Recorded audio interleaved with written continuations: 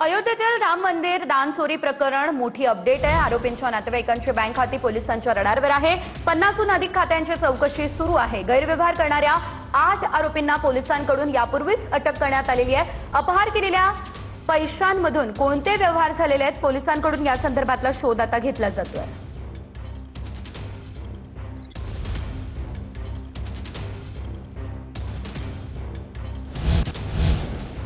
तर अयोध्येतील राम मंदिर दानचोरी प्रकरण, दानचोरीच्या निषेधार्थ ठाकरेंच्या शिवसेनेचं आज ठाण्यामध्ये आंदोलन आहे। दुपारी 4 वाजता ठाणे रेल्वे स्थानकाजवळच्या पुरातन हनुमान मंदिरामध्ये रामरक्षा आंदोलन केलं जाणार आहे। माजी खासदार राजन विचारे यांच्या नेतृत्वाखाली हे आंदोलन केलं जाणार आहे। याआधी उद्धव ठाकरे स्वतः सहभागी झाले होते आणि दादरमध्ये देखील आंदोलन करण्यात आलं। रामरक्षा आंदोलनाची सुरुवात ही आता संपूर्ण राज्यामध्ये करण्यात आलेली आहे आणि त्याच पार्श्वभूमीवरती आज ठाण्यामध्ये देखील ठाकरेंच्या सेनेचं हे आंदोलन होणार आहे।